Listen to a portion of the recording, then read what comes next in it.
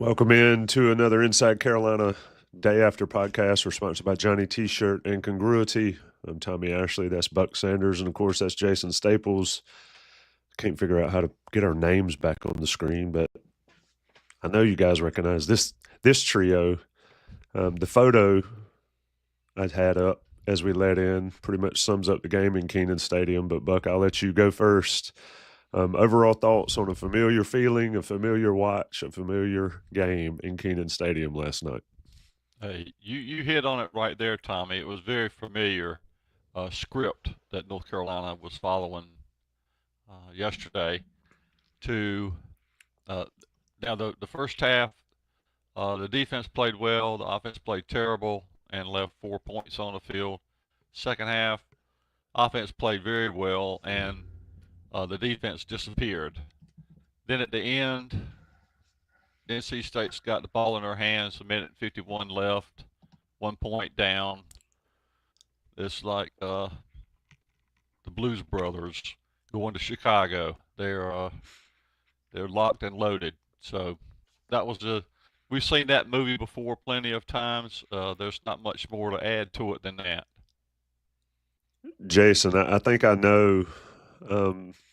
Well, to Buck's point, we've seen the movie over and over. It doesn't matter who's playing, who's coaching, whatever. It always seems to shake out the same. But a significant event in that game led to what we saw in the second half, at least on the defensive side. State scored on every possession in the second half. I think Buck's having some max headroom issues he's trying to control. But, Jason, your thoughts on what you saw? You will never convince me that this game does not have a different outcome if not for a cheap shot on Kaimon Rucker's knee. Yep. Flat out. Rucker makes an enormous difference in this game. I mean, look at I talked about it earlier this season. If you look at the difference with Rucker on the field and Rucker off the field, it's huge. And I mean, once he went out, Carolina's defense changed. And like you said, State scored on every drive in the second half. I don't think that's coincidental or mere coincidence, I should say. And, you know, it's sad to see that happen at all in any game, but it's also really, really sad to see that happen in a rivalry game and in a guy's last game in Carolina uniform. That was fairly upsetting to see, and like I said, it changed the game. You will never convince me that this game does not have a different outcome with Kaimon Rucker playing the second half fully healthy. All you have to do, let's take a look at when Rucker got hurt. Right, Rucker got hurt in the second game of the season, right, against Charlotte. So Carolina gave up 4.44 yards per play in the opener against Minnesota. They gave up 6.39 against Charlotte. He got hurt early against Charlotte. NC Central will just wave. Then they gave up 8.37 against James Madison per play. 5.25 at Duke. 6.75 against Pitt. And then 7.1 against Georgia Tech.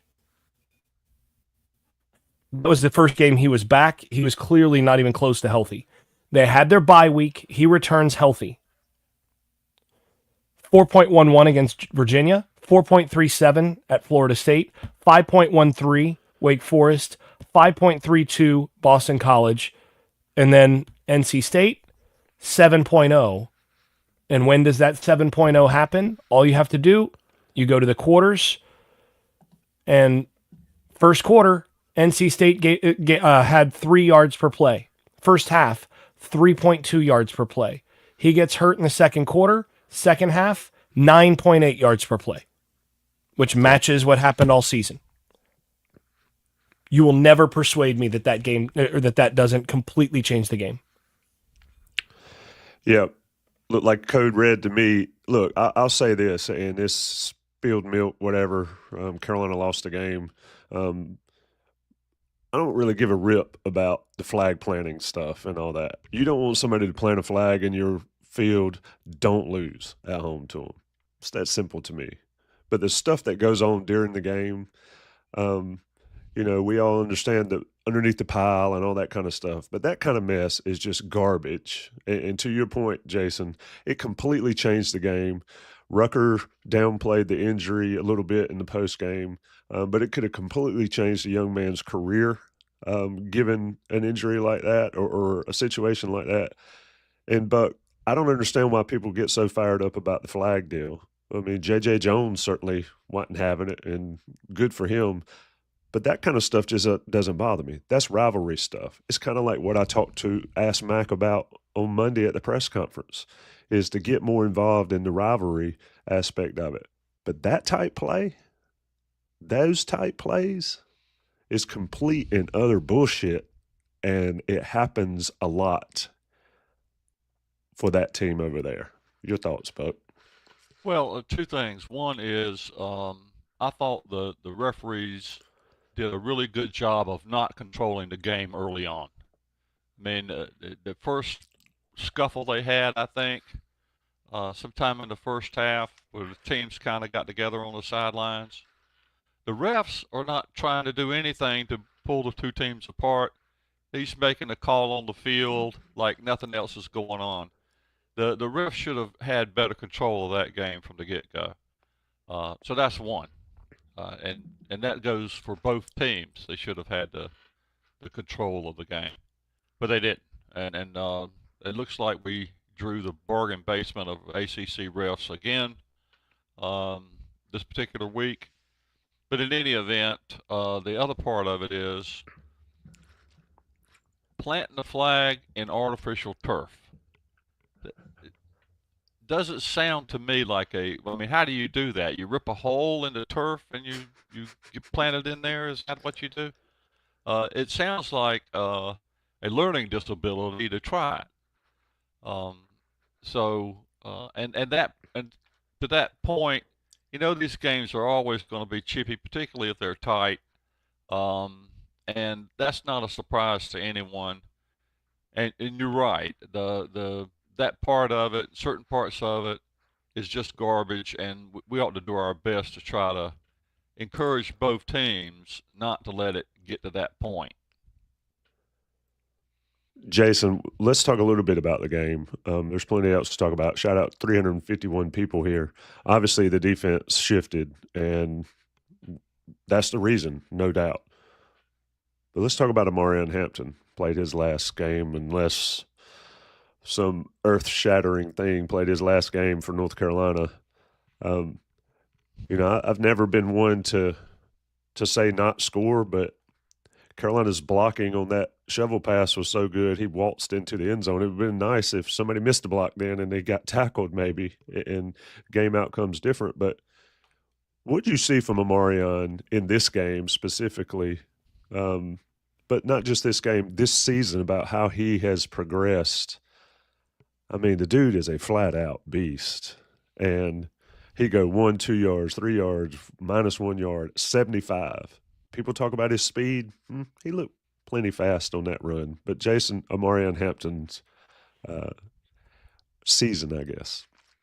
Well, I mean, the one of the things that I said in the preview of this game, and you'll remember, I think I had 30-27, I think was my score for this game, which was pretty close to what it was before that catch and final drive. What I had said then was that this would be a Omarion Hampton game where he would go nuts and put his stamp on going out with the rivalry with a crazy game, and sure enough, he did that. It just was in a losing effort, and I think you can make a case that that guy might be the best running back in Carolina school history, and there's a lot of really good backs in Carolina school history, but that guy might be it. And if not, he's certainly put himself in that discussion. I mean, you got Natron Means up there. You might take him, but I'll be honest, I'm not sure I'm taking Natron Means as good as he was over Omarion Hampton for his at least the last 2 years of Hampton's career. he went out and did it against a team that had generally stopped the run pretty well. I mean, they stopped the run against Georgia Tech last week, and not with Hampton. And like you said, the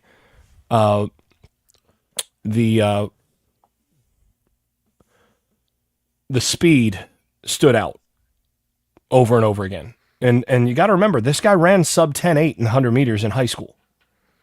And that stood out. He got in the open field. And one of the things that's crazy is that at this point in the season, guys slow down a little bit over the course of the season with contact, because it's sort of like body blows in boxing. And at this point in the season, he's still running like that. And he's taken a beating this year. So, I mean, there's a lot to be impressed about.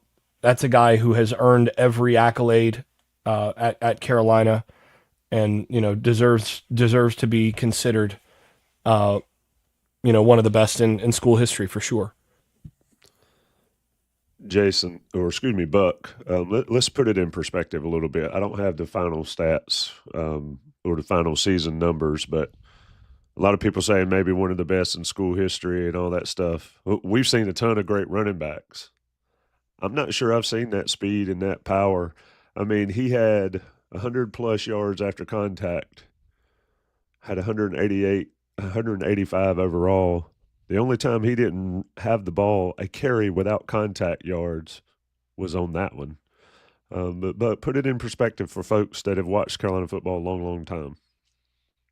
I think of the running backs that I've seen at North Carolina. Get louder, Buck. Sorry. There you go. Of the running backs that I've seen at North Carolina, probably Hampton has the best opportunity to succeed at the next level.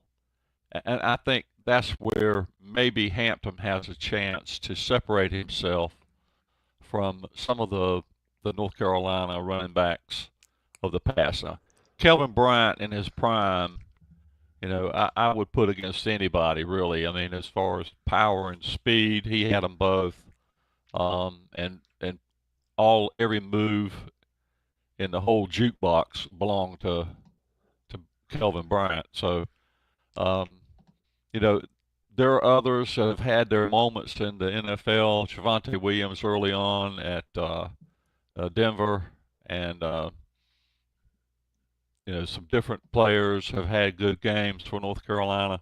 But I think if Hampton goes to the right offense in the NFL, he'll probably have the best NFL career, if he stays healthy, of any Carolina back that has come through Chapel Hill. We're talking with Buck Sanders and Jason Staples here on the day after Carolina falls to NC State 35-30. Shout out to Johnny T-shirt and Congruity. Shout out to the 399 in the chat. Sunday morning, folks, and you guys are with us. It's pretty awesome. Jason, I don't even know if talking about potential players and all and what you've seen this year and what may be for next year and all, but I thought Chris Culliver, we've given him some grief for bailing out on some plays this year, but he stepped up again tonight. Criswell finally completed some downfield passes. Jason, what was the difference there tonight or last night? Well, he missed the one that was wide open to J.J. Jones, and I think that was one where he had a couple other opportunities in this game where that one was one where you could see him like, and after that he took some off the football and just gave his guys a chance, and all season he's been putting the ball a little too flat and putting it out there just a little bit too far and overthrowing guys. I mean, that's been the problem all season. And I think you saw him on the broadcast after that first miss. He came to the sideline, had a little conversation with Christensen, and looked to me like he just was he was determined to underthrow a little bit after that. Give him a chance.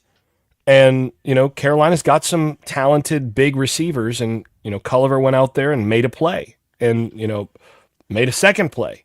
So, just giving guys a chance is the critical thing there. And he did on those after that first miss. And that's really the thing. I mean, we've been talking about that all season. At a certain point, you just got to stop overthrowing them. And even if that means you get no yards after catch, if the guy's wide open, just make sure that he's got a chance to knock it down if the DB is able to get back in position. But you got to give him a chance. And that's what he did in this one. Thing is, the game came down to a comparable deep ball from NC State making the same kind of play with a ridiculously good catch on that last drive on a great throw. So, you had both teams doing that and against pretty good coverage on each side as well. I'm going to throw the picture up there. Yeah, what a crazy catch.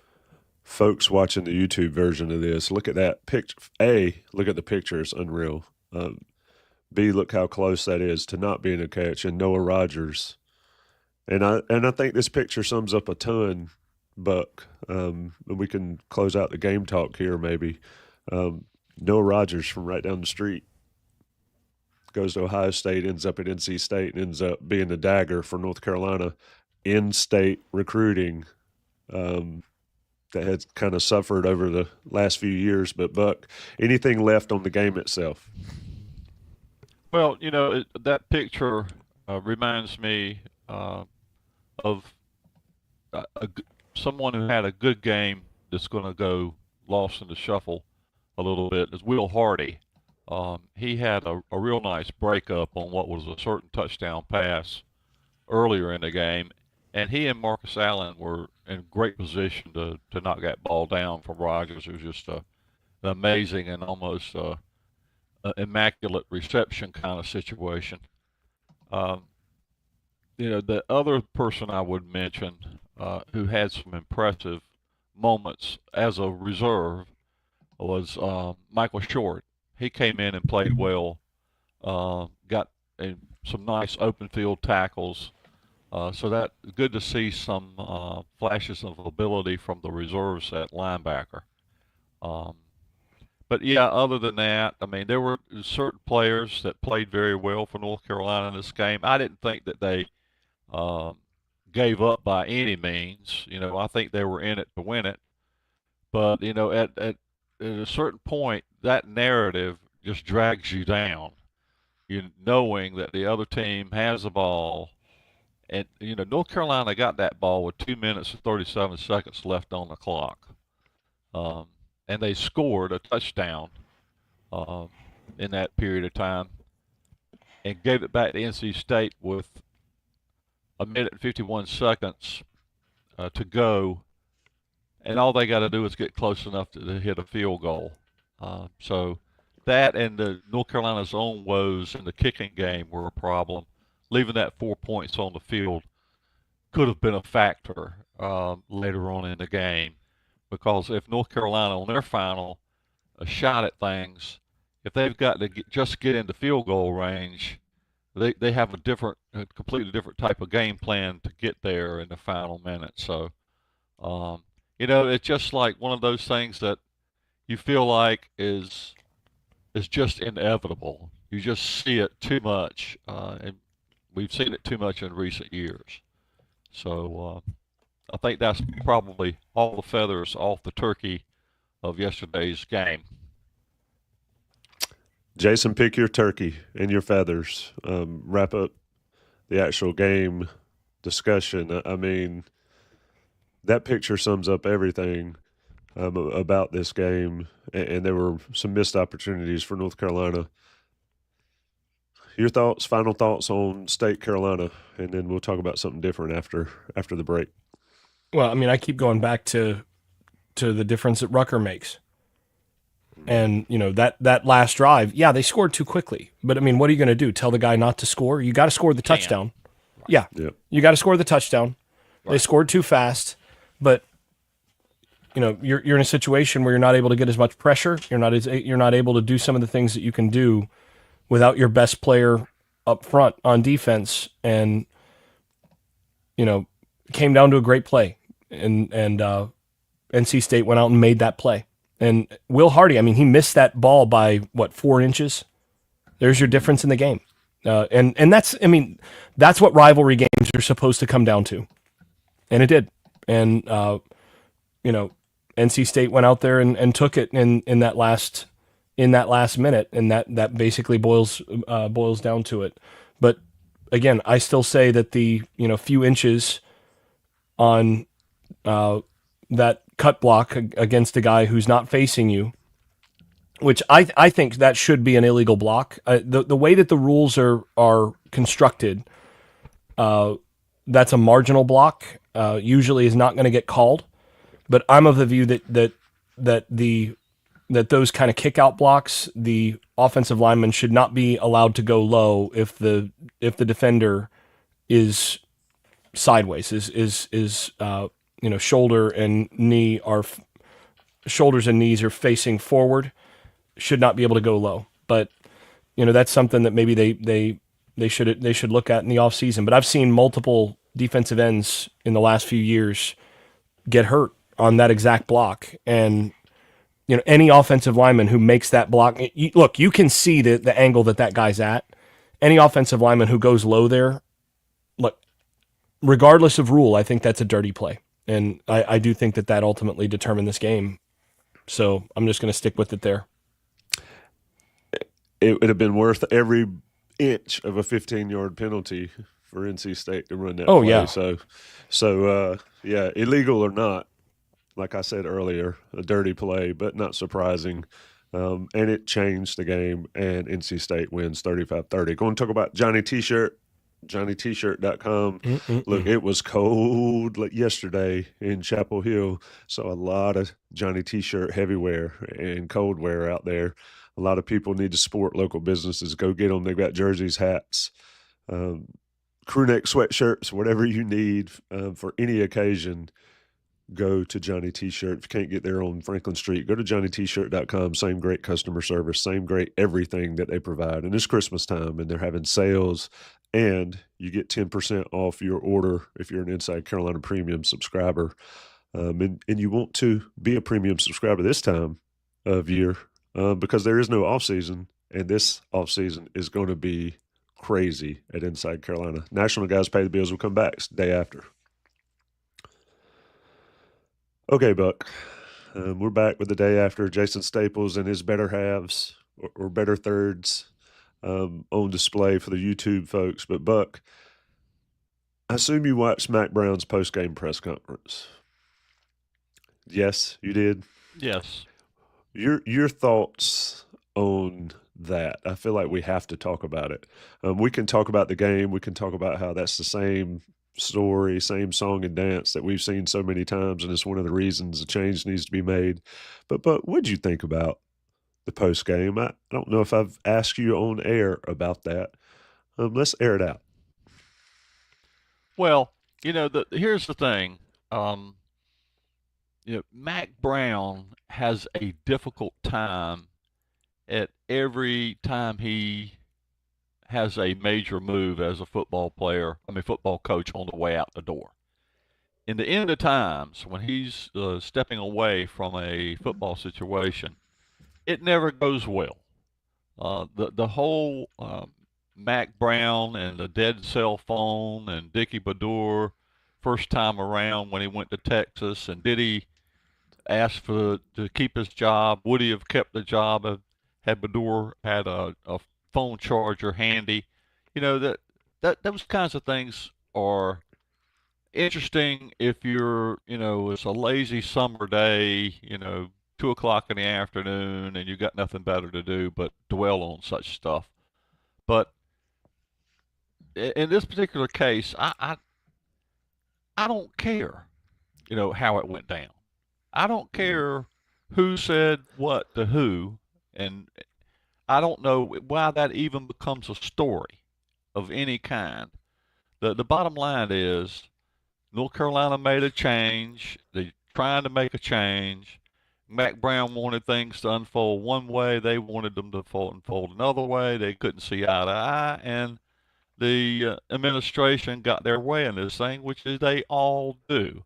Football coaches don't hang on to jobs because they want to hold on to the job. They hold on to it as long as they're serving what the powers that be determine is the best case scenario for the sport they're coaching.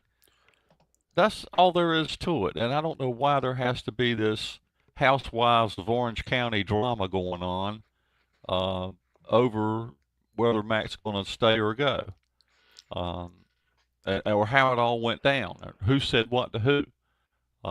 So, number one, I don't care, and I don't know why we make this a story. The story is North Carolina's moving on. They're going to probably name an interim coach today. We haven't gotten any word as of the time we're making this live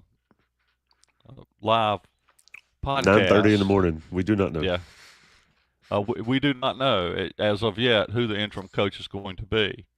But My if guess they would be name Kitchens. one, could be Kitchens, could be Ronnie Galloway. I don't think it'll. Is it going to make a world of difference? I don't think so. He's not going to win. Whoever it is not going to win the permanent job based on a bowl, or as Jason calls them, the exhibition games postseason. So that's not going to change anything. What needs to happen is for the focus to turn away from the drama about Mack leaving and how that went down to the next thing. And I think most Tar Heel Nation has turned the page and not gotten distracted by it. But if you'll notice, and this is the last I'll say on the subject, is that if you take Mack Brown's press conference literally, every word that he said yesterday, that means some of the things that he said in the past weren't true. And if this press conference, if some of the things he said in it weren't true, that made some of the other things that he denied to be true. So, to me, it's just a tempest in a teapot, and at the end of the day, it's not going to matter. I agree. I was listening, and it reminded me of the scene from The Fugitive when Harrison Ford's in the water tunnel or in the pipe, and he yells at Tommy Lee Jones, "I didn't kill my wife," and Tommy Lee Jones says, "I don't care." Jason, your thoughts here? I mean, Carolina needs to move quickly, but you need to be in a hurry, but don't rush, and have a clear head of what's going on. Obviously, the candidates we've seen bandied about on Inside Carolina and subsequently everywhere else, I see people throwing up information as if they've cultivated it themselves, and I'm like, oh, is that a copy and paste from Inside Carolina's work? But that's petty, and I'm not petty. Tulane lost to Memphis, has to play in theirs. Georgia defensive coordinator struggled with Georgia Tech. By the way, Haynes King is – give me Haynes King and Omarion Hampton on a team, and I like our chances. And your guy, Campbell from Iowa State, they're playing in the Big 12 championship. Your thoughts here over the next day, 2 or 3 days? I think one thing an interim coach, if you're named interim coach – and who knows what the plan is to certainly clean house. I think they need to clean it down to the studs, as Buck would often say. But if you're named interim coach, the chances of you being on the staff later is probably nil. Jason, your thoughts over the next couple of days? I'm very much in the I don't care camp of this.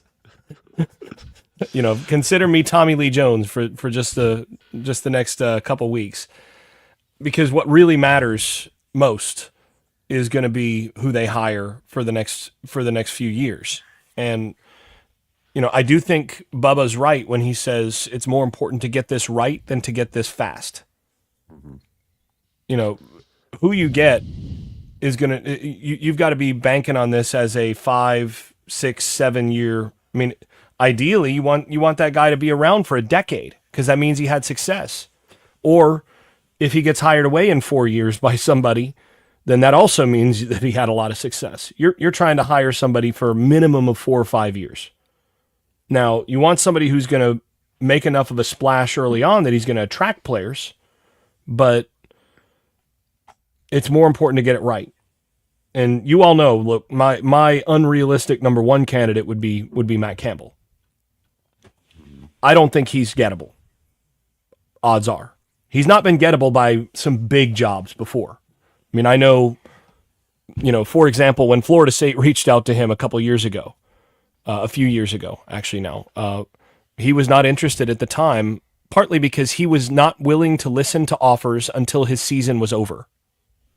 It's just a matter of integrity for him. Okay, well, that they've got one more game now.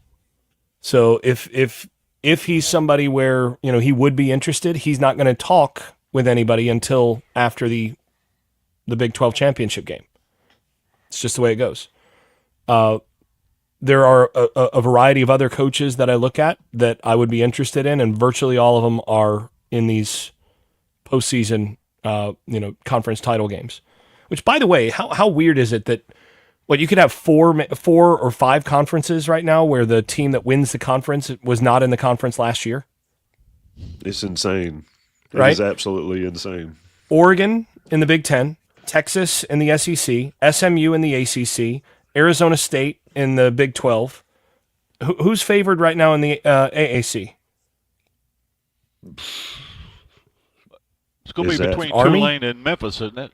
I mean, isn't it going to come down to those two teams or some? Yeah, I think so. So, Somewhere in I there. mean, yeah. So, I mean, you're looking at the landscape has changed so much that it's just wild. But to me, you've got to make sure that you're making this hire exactly right. And if you have to wait an extra week to make sure that you're interviewing the couple of the top candidates on your list and making sure that they're willing to listen and to engage with you, then I think you have to do that. But yeah, I mean, from here, we're going to see an exodus of players. We're going to see guys transfer out. We're going to see guys sitting out of the bowl game to go pro. Won't be a bunch of them because there's not a bunch of pros on this team. But if I'm Elijah Huzzy, if I'm Omarion Hampton, I'm not playing in the bowl game. I'm not playing in the postseason exhibition, as I like to call it. So, what's the benefit there, especially for an interim coach? I'm not there. So, I mean, we will get a preview of what's going to be on the roster next year. We're going to be able to see some of those things, but for the most part, this is the end, and the season, for all intents and purposes, of this team led by this coach is done. Tulane and Army in that conference championship. Iowa State, Arizona State, Georgia, Texas, Penn State, Oregon. Which, how did Penn State leak in? That's wild.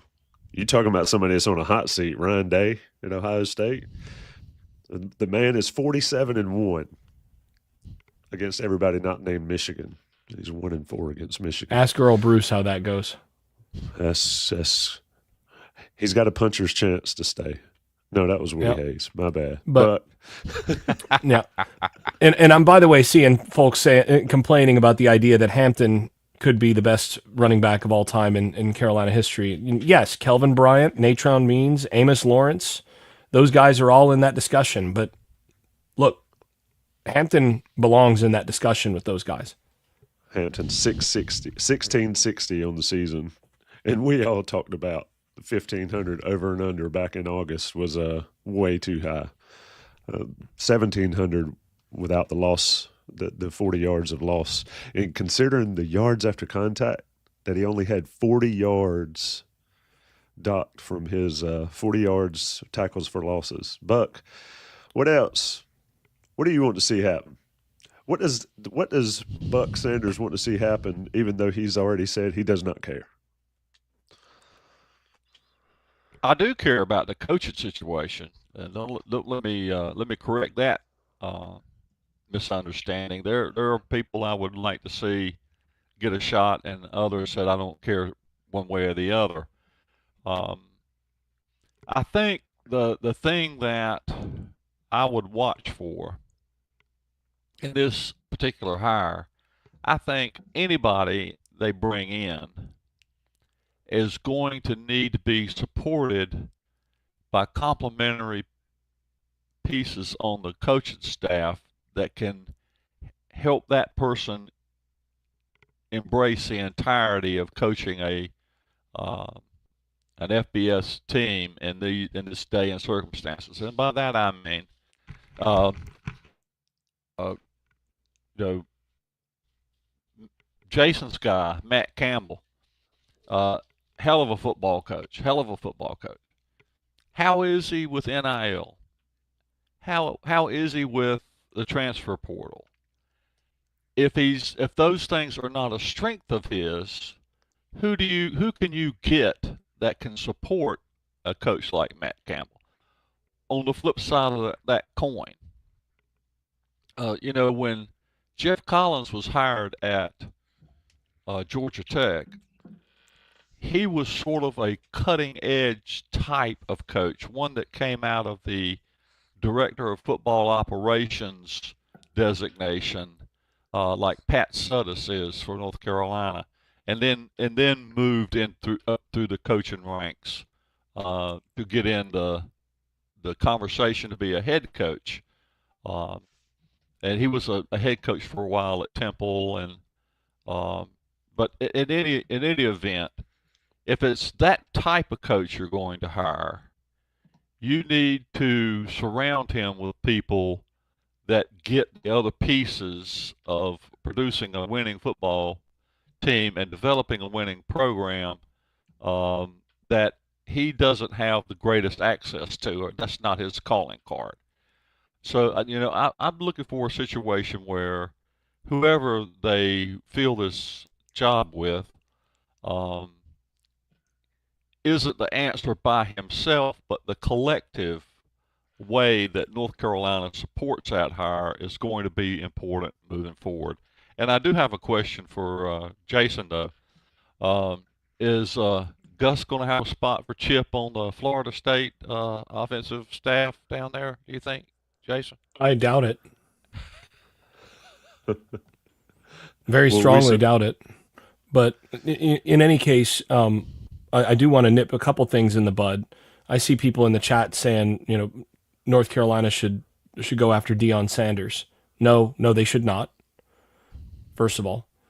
Second of all, I got someone that asked, if Lincoln Riley gets canned by USC, does North Carolina go after him?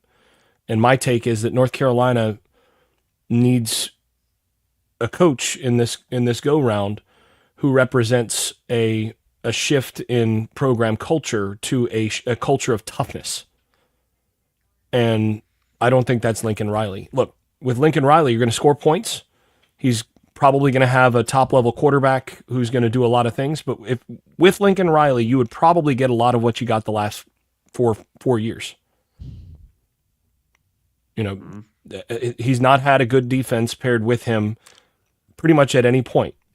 His first year at OU, which was still sort of bleeding over from Bob Stoops, that was the last time that they, first 2 years at Oklahoma, that was the last time that they had a decent defense opposite him as a head coach. So no to Lincoln Riley in my view. And even though I think he's a great offensive mind, great offensive coach, it's a no. And definitely a no to Deion Sanders. And you get people that are saying, well, why not Deion? Well, Deion's not coming with Travis Hunter and Shadir Sanders, where, if he goes somewhere else this cycle, he's not.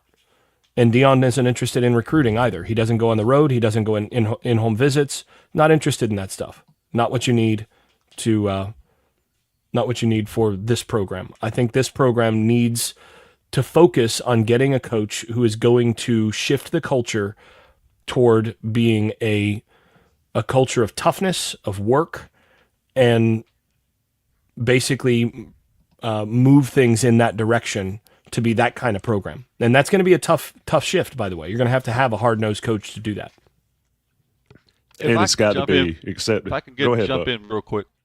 I think the one thing that Jason and I are in agreement on, and we actually agree about quite a lot in the whole sport of college football, one of those is that North Carolina needs to look for someone who has a history of overachieving relative to the resources that at his disposal. If they can find a guy like that, and to Jason's point, is Lincoln Riley that guy? Uh, he did pretty well at East Carolina and in the role he had there, and um, at OU. But did he really, far outkick his coverage there in either of those situations? I don't think you could argue that. And so I think that's why Jason likes Matt Campbell, and so do I, is because, at Iowa State, um, there are two coaches in the College Football Hall of Fame that had a worse win percentage at Iowa State than Campbell does. And so that tells you something. This is a hard place to win, Iowa State, and Campbell's done it. And it doesn't have to be Campbell. He's a great option if he would come to UNC, which we don't know. We've never had a lot of luck pulling coaches from the west of the Mississippi.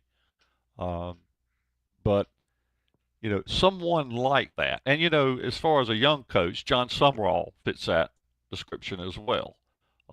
And there are other coaches out there that have been in a situation where they had to do more with less. And, I think that's where North Carolina needs to look. And it's not about who is the shiny new toy.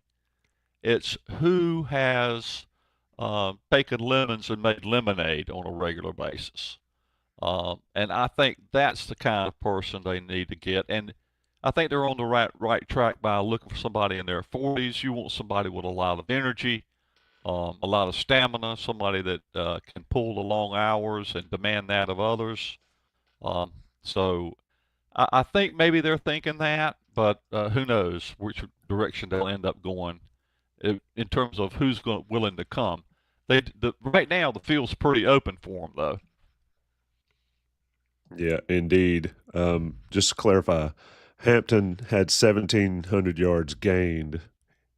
He lost 40, so 1,660 yards after contact. I would wager he had over 1,000 yards after contact easy this year. But Brian, that's what I meant by that. Also, and Jason, we can get out of here in a minute, but I wanted to ask you this. Drew in the chat, and Drew's a regular. Shout out to Drew from the Charlotte Bowl game. That was an interesting time in Charlotte several years ago. But Jason, your thoughts here on the timeline. They need to get it right, but you still have to deal with the fact that everything's so much sped up with college football, with signing day, portal, and all of that. So what is getting it right look like timeline wise, and how slow is too slow? I think it depends a little bit on who you're getting. If you have to wait 2 weeks to get Matt Campbell, you wait 2 weeks. It's no question. Right. If you have to wait 3 weeks to get Matt Campbell and you're, getting past the portal opening and some of those things, that might be too much of a hurdle. But I think, say a week or so after the conference title games, you kind of want to have this done. So that would be almost 2 weeks from now. I would say that's a viable window where sometime between now and then you expect to have a hire. Yeah, that would be where I would go with it. I'm seeing somebody say Kenny Dillingham from Arizona State. He'd be a great hire in a lot of ways, and he's super young. But I'm not sure why Dillingham would take Carolina right now over Arizona State. I mean, he's got that program in a conference title game, and he's in a conference where Arizona State can now kind of be one of the better recruiting programs in that conference. They're one of the heavier weight programs in that conference now. So, I mean, he would be a guy that would be on my list. I'm just not sure that you could swing him. But And he does have to prove a little bit in terms of his ability to sustain and recruit beyond the portal. I mean, they've flipped with a bunch of portal players, but he's done a great job of integrating that and identifying guys who fit their culture. So, those are all positives. Whew. Arizona State's got a lot of positives working for them, including what you just outlined. Pretty amazing place out there.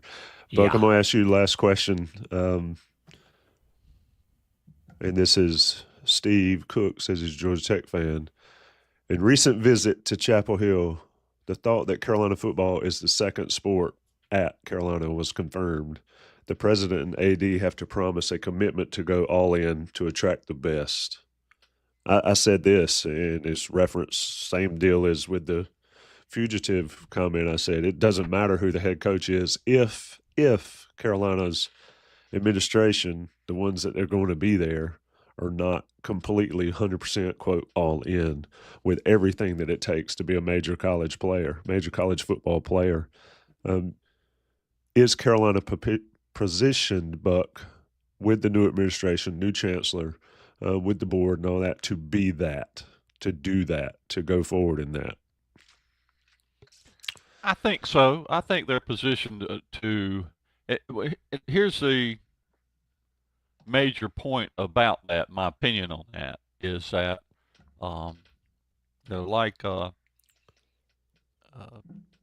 the guy who said the idea of being hung in 2 weeks greatly concentrates one's mind. and the how that relates is North Carolina, I think, they have acknowledged this indirectly behind the scenes over and over the last 10 years or more, which is they understand that as far as how far the athletic program goes, it matters greatly how the football team goes. I mean, the football team has to do well in order for North Carolina to fund and support the other Olympic sports that they do. Because those programs, as great as they are, they don't bring a lot of nickels into the athletic budget from ticket sales or games or whatnot. So they recognize, the powers that be recognize, certainly, that they have to put the resources behind North Carolina football to succeed.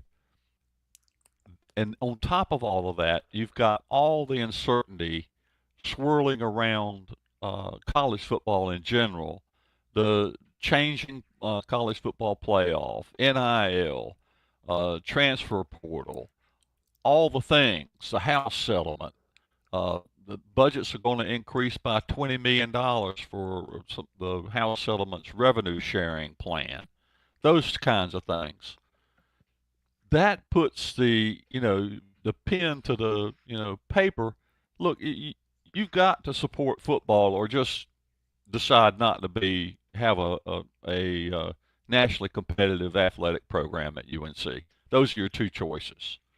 You either have to do it or you're headed down a slippery slope to obscurity in college sports. If you're okay with that, then that's where you're going to head. But I don't think they are okay with that. I don't think North Carolina alumni and donors and boosters think that way either. So that's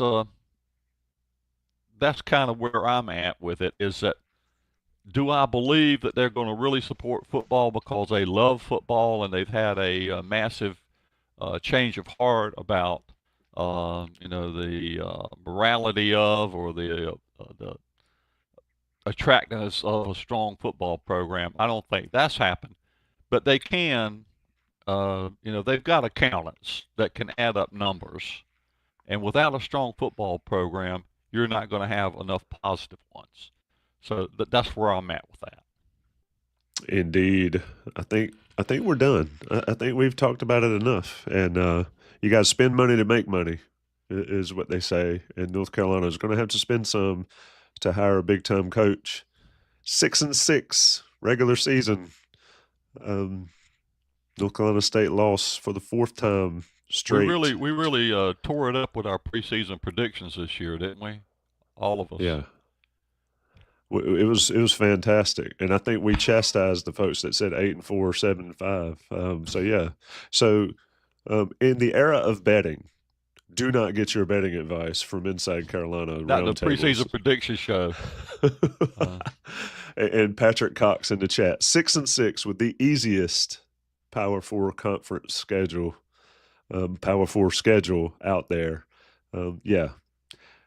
Folks that don't think there was time to make a change, read that stat again. That'll do it for the day after. Don't know about the bowl game. Some talk, some people suggest they should skip a bowl game and move forward, kind of like what Carolina did in the NIT basketball tournament recently. But we'll see what happens to Bucks Point. Money talks, and even a little bit matters.